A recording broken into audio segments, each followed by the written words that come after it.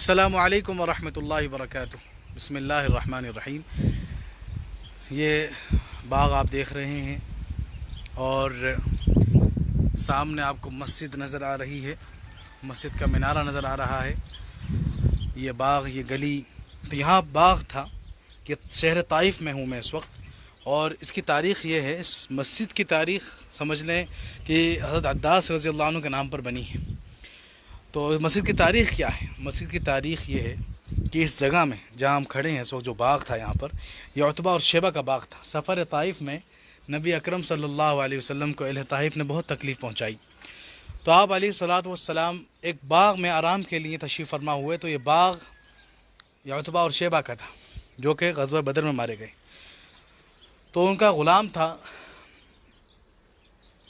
تو انہوں نے عتبہ نے یا شیبہ نے اپنے غلام کو بھیجا کہ یہ ایک انگور کا خوشہ لے کر، انگور کا باغ تھا، ایک خوشہ لے کر جاؤ اور نبی اکرم صلی اللہ علیہ وسلم خدمت میں یہ انگور کا خوشہ پیش کرو۔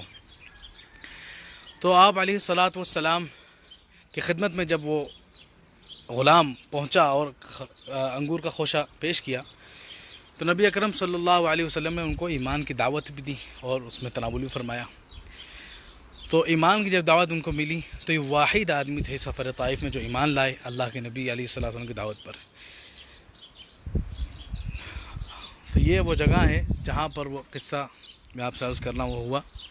اور آگے ایک اور مسجد ہے، اس کے بارے میں روایت میں آتا ہے کہ وہاں پر فرشتے آیا تھا اللہ کے نبی کی خدمت میں کہ یا رسول اللہ، اگر آپ حکم فرمائیں تو ان دونوں پہاڑوں کے درمیان میں ان بستی والوں کو ہم پسا دیں، مسا دیں، جیسا کہ روایت میں آتا ہے۔ تو اللہ کے نبی نے منع فرمایا تھا، اور جیسا کہ حدیث شریف یاد آتی ہے کہ اللہ کے نبی نے فرمایا کہ مجھے امید ہے اللہ کی ذات سے کہ انشاءاللہ آنے والی نسلوں میں ایمان والے پیدا ہوں گے۔ تو الحمدللہ پورا شہر طائف مسلمانوں کا ہے الحمدللہ۔ یہ آپ کے سامنے منظر ہے، یہ باغ ہے، چڑیوں کی آوازیں آپ کو آ رہی ہیں، یہ دیکھیں ماشاءاللہ، یہ سب پھل والا ہے، کوئی شہتوت کا درخت ہے تو کوئی انگور کا درخت ہے ماشاءاللہ۔ یہ جو گلی ہے یہ بھی پورے قدیم گھر ہیں، یعنی یہ اہل طائف یہاں رہا کرتے تھے چند سال پہلے تک، 60 سال کے اندر کی بات ہے کہ اہل طائف یہاں رہا کرتے تھے، اور اب جو ہے وہ یہاں نہیں رہتے ہیں۔